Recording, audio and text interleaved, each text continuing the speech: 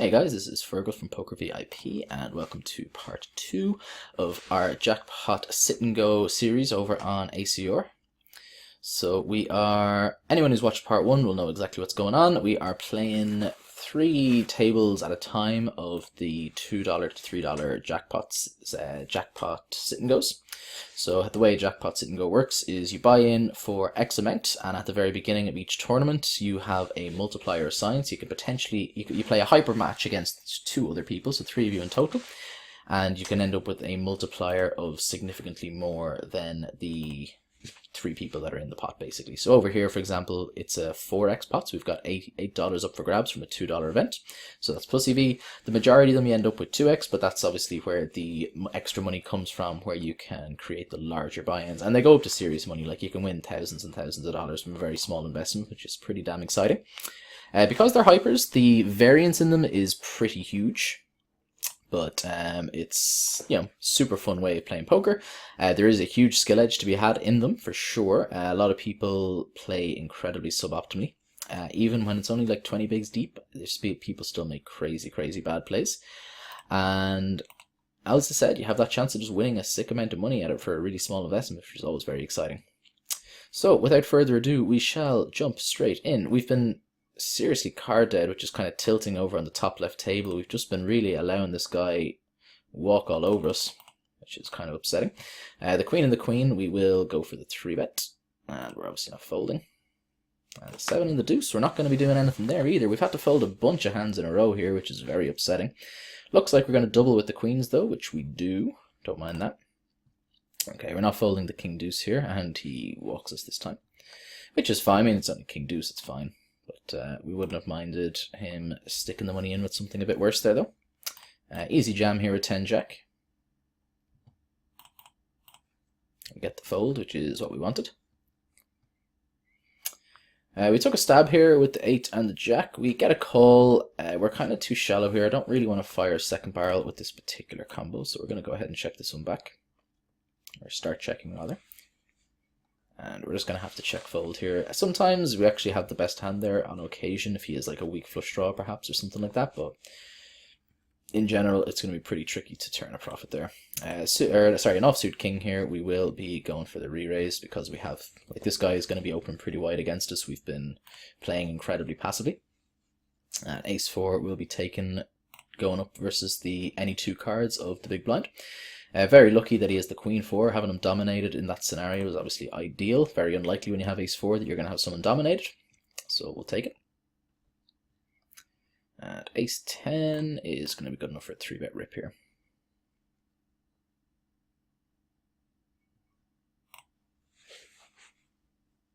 He's thinking about it. He makes the fold.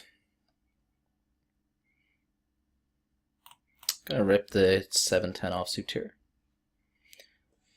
Blinds are getting very, very large, so it's kind of a situation where you just kind of need to keep your opponent under pressure, basically. And like, giving someone a walk is like, gives them a lot of extra equity, basically, and he's just going to have enough folds there that we can jam very liberally. Pocket 5s, any pocket pair here, easy rip for these stack depths. Keeping him under the pressure here, keeping him around the 600 chip mark, which is fine. 4 or 5. No, nothing we're going to be able to do there, unfortunately.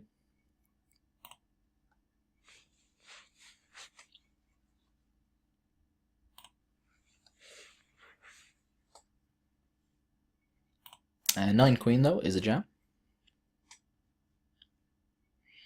So you can kind of see the power of being the first person to put the chips in the middle here. Like, the button has won every single hand for a substantial amount of time here now. Jack queen, we are going to call off here if he rips. He doesn't. If he's folding there, it's kind of upsetting because it means, like, he definitely had a significantly worse hand. So it's kind of tilting, but hey. We pick up a very nice hand for these stack depths again, so he's in a situation now where he's in a really gross spot where he's going to have to start calling off pretty wide. He's not really in a situation where he can just continue letting us pick these chips up uncontested. We're not folding here with the second pair. Just seems unlikely he overjams a queen here. Yeah, he is the worst 8, which we like. So we pick up a $4 tournament there. So we'll register for another one. We go again. So we'll just wait for the next. So we obviously need to wait for enough people to reg. I thought that was suited. It's not. Might be too wide a jam there. If it was suited, I'm okay with it. We still have okay equity here though. 4-8. I mean, it's kind of unintuitive. Like he has an ace there, but he has a 6, so we have one over and one under. We're still in okay-ish shape, not an amazingly good shape, obviously, but you know, we have 30 to 40% equity there. We do need a double now fairly quickly. We're gonna be jamming on this. Like it's just that we're just at the point where the blinds have just gotten so large so quickly that we kind of just need to take any fold equity we can get basically. Like another couple of pots uncontested, and we're like right back at even stacks again. It kind of shows you how swingy these games can be. 4-8 suited is not going to be good enough to call a jam, unfortunately. So we will have to fold when he raises.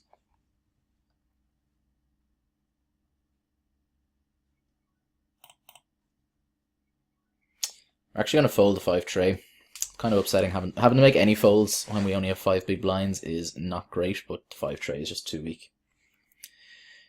And the blinds are up to 5,100 now. Jack 10, easy call off if he elects to raise. He does not.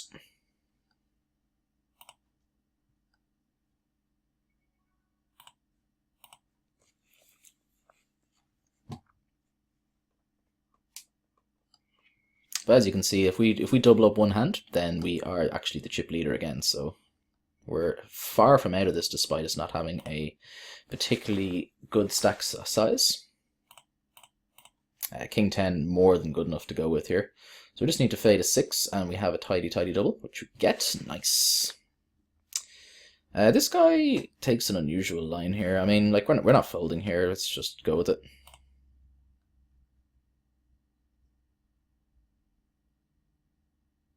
He has the flop flush, which is kind of upsetting, but I mean, these things happen. We can't be too upset.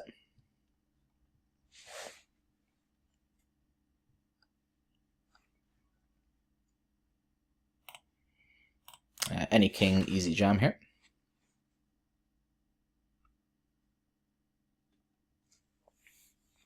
And just like that, we are right back in it with a 1.5 to 1 chip advantage. And we're not folding our 2s here.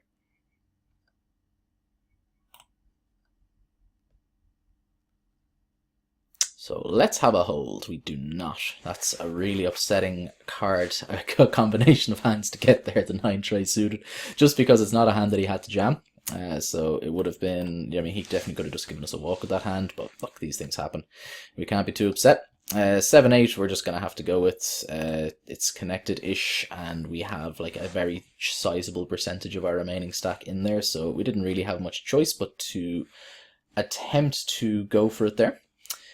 And unfortunately, we were after busting all of our tournaments. I'm just going to go ahead and pause the recording just momentarily while we get a couple of more tournaments up and running. Okay, and we're back. We have 2 tournaments up and running. It just took a minute or two, and we will have another 1 or 2 starting momentarily. So, ace-jack suited on the button. Pretty trivial open. We're not planning on folding here. Given it's only like the first hand or two of this, people are known to make crazy wild jams. Alright, let's go with it. I'm not loving the second all in, but I mean, it's ace-jack suited is just too strong to be folding when these people can be doing crazy things. I just need to fade a deuce or a 5, and we almost eliminate one player, which is fine by me.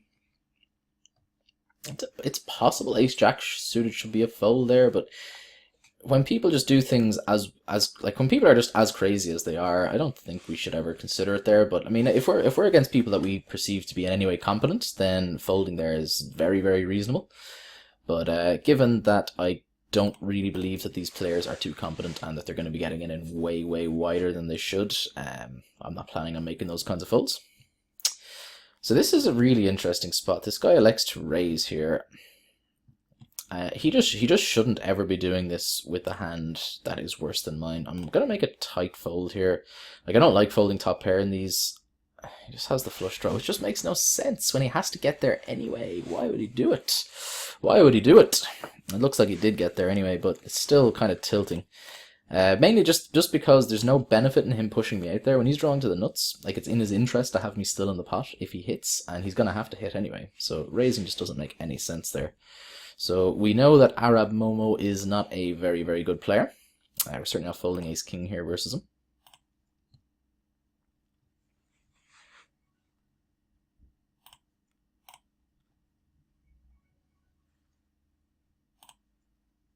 We river an ace, which is quite nice. Pretty easy call-off. He has the ace and the 6, which is upsetting.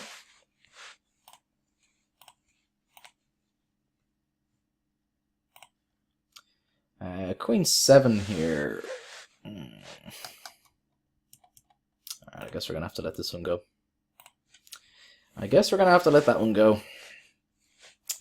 Kind of interesting. It'd be a pretty interesting card for him to bluff there with the straight on board. Entirely plausible that we folded the best hand there. I'm just not sure how likely it is though. So I think I'm okay with that fold.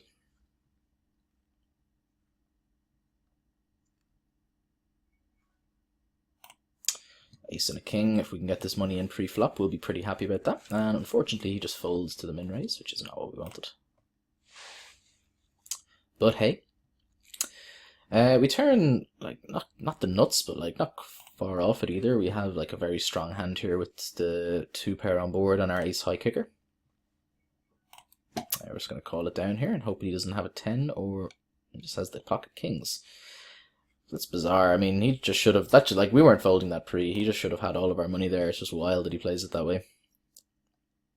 I think he just flatted our min open, which I just don't think is ever good in these. It's just, there's no need to slow play. People get it in wide enough that slow playing is just never really optimal in these games.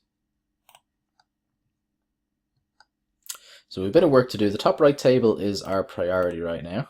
Let's get it in with the a6. Although we're actually at a stack depth here, we don't need to be open jamming here. Maybe we can just go for a normal raise over a jam. I'm just kind of in all inner fold mode based on the kind of tournaments that we have been playing at the moment.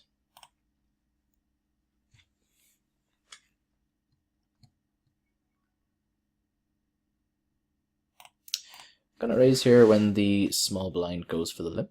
So the blinds have gone up in the top right table, so we're no longer really in that raise. Like, we are in a situation now where we just want to be jamming realistically. The blinds going up to 15-30 means that we had about 13 blinds to start the hand, so that's kind of open jam territory. We're fine with that.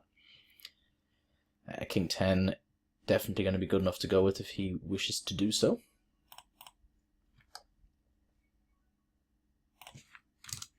He raised folds, which is a fine result for us. Picking up those extra couple of big blinds makes a huge difference in our overall expected equity here.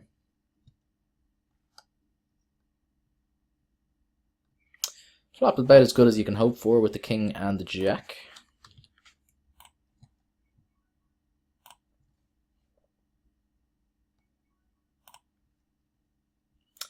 He goes for the check call, which is fine for us. We're going to start bluffing here now on the top right table.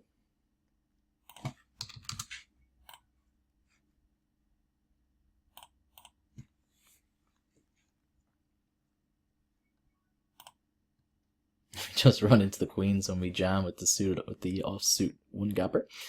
Obviously never fun running into the monsters like that, but hey.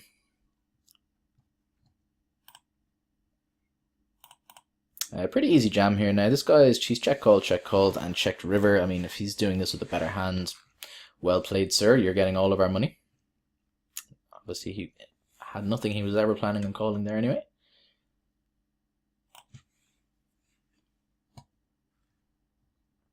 Okay, you get to see a flop with the king and the deuce. If he checks, we will have a wager.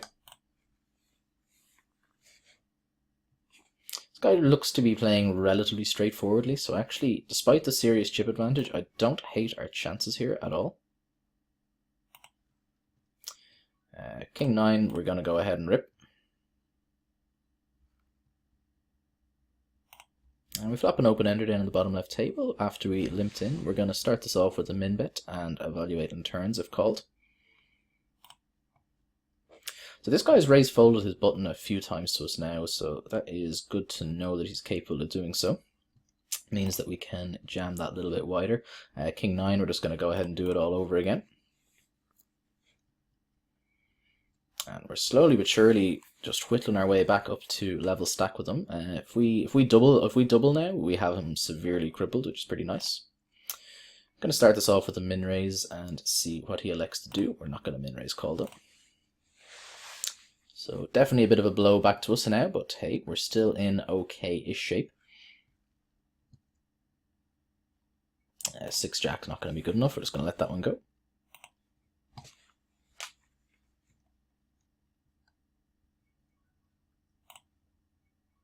Suited queen for 12, 13 bigs is going to be fine to jam.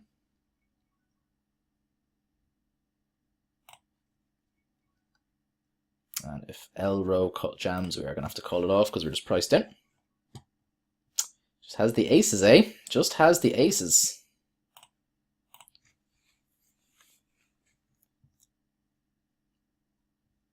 Obviously, we can't fold our button there.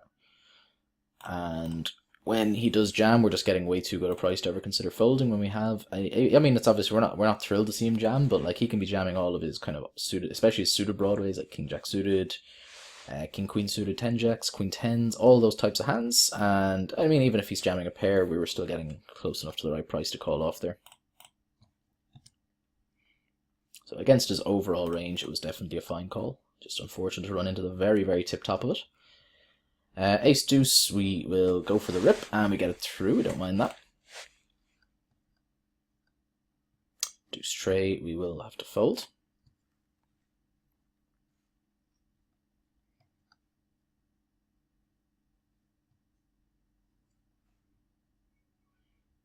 Suited jack.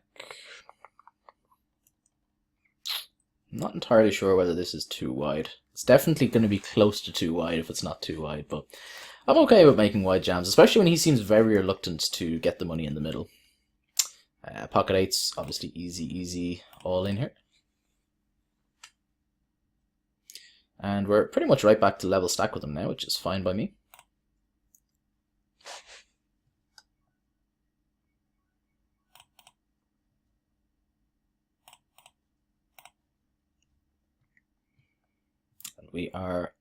He has a 2-chip advantage on me as we speak now, so that is not much at all.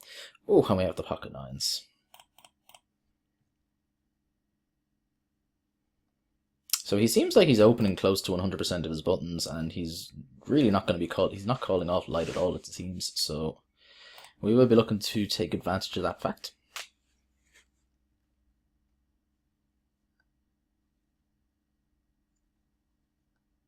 Jack 10, we're going to go for the all-in if he goes for the open again.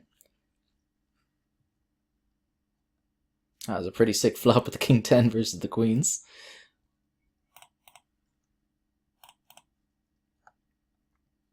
All-in on 2 tables, the Ace Jack and the Ace 8. No call with the Ace 8, and pending action with the Ace Jack.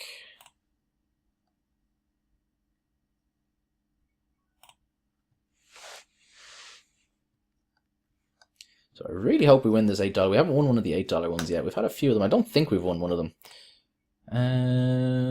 Suited connectors, let's go and rip it.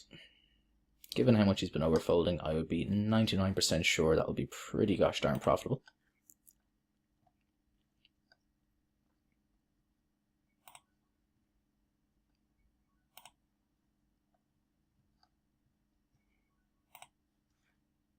Four or 5 suited. If the button had folded, we were going to jam it ourselves.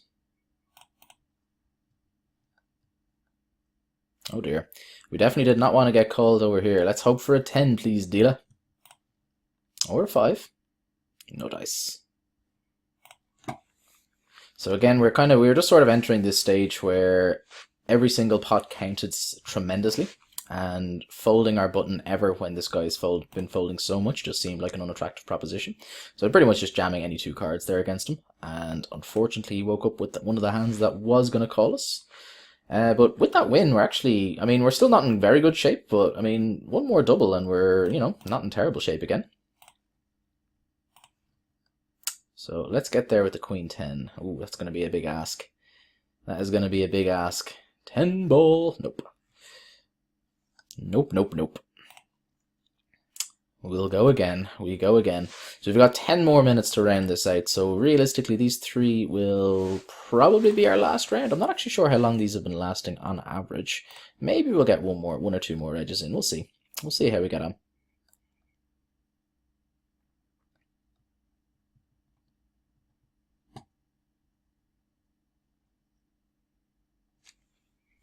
Let's round it off with one of the 6x. This has been our first 6x of our sessions, so let's hope that we bink this one. And I still think that we will be down money for the session if we do win, but we won't be a mile off. A7 down here, we can never consider folding. Ever. And he has the 8-10, so correct call and incorrect result for us, unfortunately. So we are busto from the bottom left table. We will have time to reg, so we'll go again. Just need to wait for the next one to start. But as I said, our full emphasis will be on the top right table, the $12 jackpot.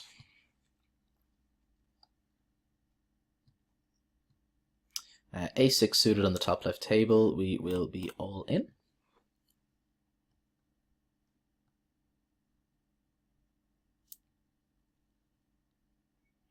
We're facing the queen 10. Let's have a hold. That's not a very good flop for us. That's a good turn.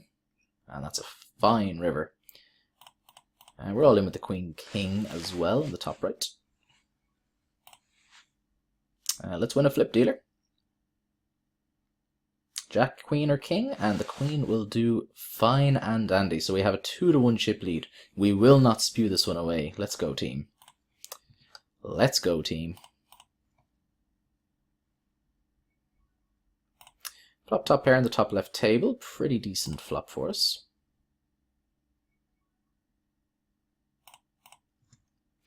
Not a great board over in the top right. We're not planning on making a move at this.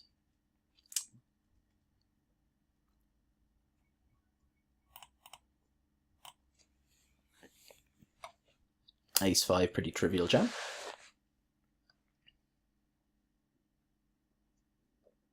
So let's hope we just get a walk with the 8-6 because we cannot call any raise.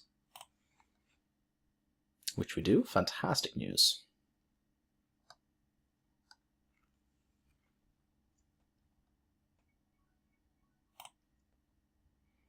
10 jack suited, definitely going to be good enough to rip for these stack sizes. Pretty unconnected board over here in the top right table. We're just going to fire one and done here and expect to get a pretty chunky amount of folds. We're going to check jam on the top left table here.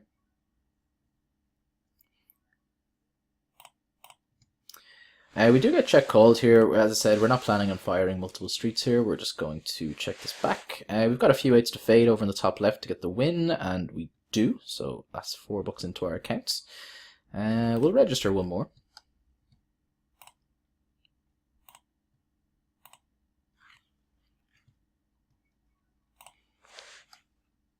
And then that will almost certainly be our final reg. Unless this one actually could potentially end pretty early. We're going to rejam with the Ace-X.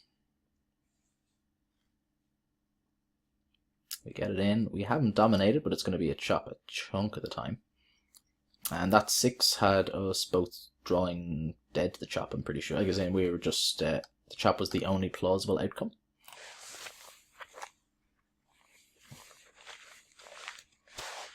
Gonna go for the limp jam here with the A6. And he has the ace queen. Oh dear, oh dear, oh dear. That is not what we wanted at all, team.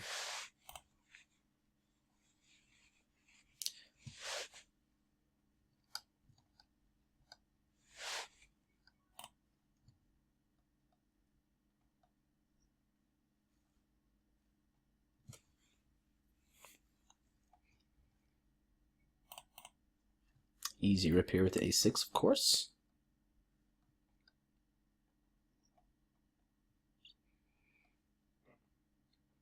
Ace-10 suited. This guy is the dude who called us off really light in one of the tables there a little while ago. So if he raises, we will just jam the Ace-10 suited. He called off with, like, for a similar stack depth, he called off with like 9-10, I think.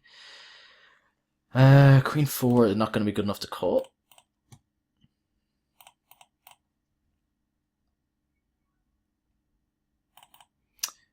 Flop top pair, top kicker. We are going to start this off with a wager.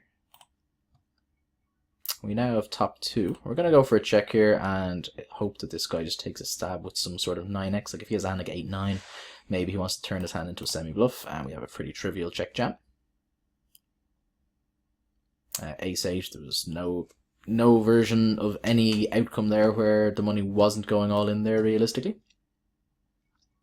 Getting very, very short up on the top right table. We're going to need 2 double ups in very quick succession to take the chip lead. 10-5 suited here, not what we wanted, but we are going to go with it. It's good enough for 7 bigs to call it off here, and it just really sucks that he has us dominated here. But it's a hand that will typically have quite good equity against the overall jam range. It's never going to be ahead, but we're that short that, and you know, it's a big enough percentage of our stack that we kind of just want to get the money in there and look to get the double up. Not what we wanted, and we are not going to write another one. We're going to be wrapping this up now in about 4 minutes, so we will have our final couple of tournaments up going now.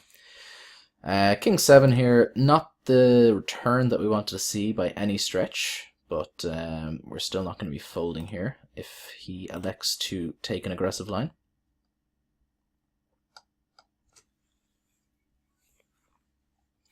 And Queen 9 for second pair, we are going to be calling down over on the bottom left table as well.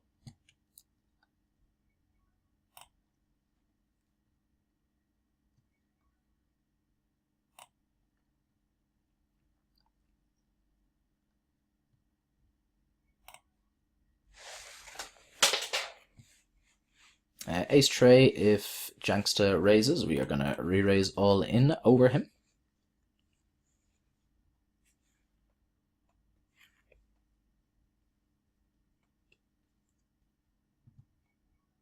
Seven deuce, nothing we're going to be able to do there but make the fold.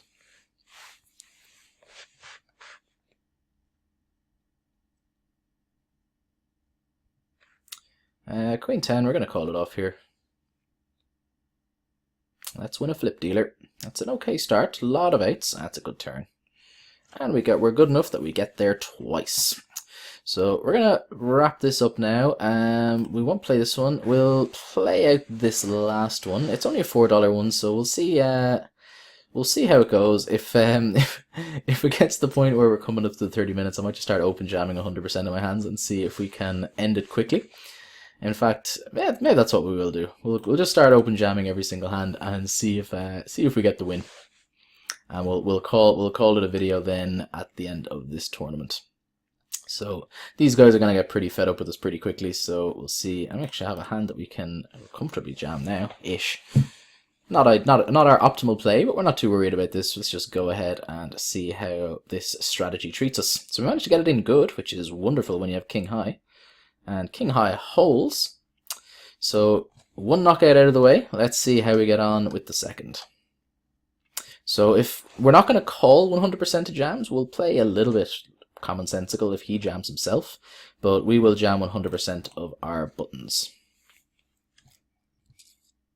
And we'll call off pretty wide here. We want to end this one quickly. We want to end this one in time for the tournaments. This guy's folding very quickly. I wonder he might be even disconnected. I'm not entirely sure. That seemed like a very, very quick fold to me. We'll see now. I guess maybe that's possible.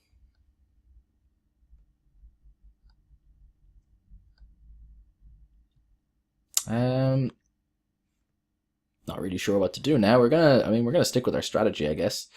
But I always feel like maybe we should give people an opportunity to come back. But I mean, for $4, it's not really the end of the world, right? If it was, yeah, that's fair enough. So I don't think there's too much point in watching the rounding out the rest of this video now that we say it. So I guess, I mean, yeah, we'll call it there. We can safely assume that I win this tournament since this guy seems to not be connected.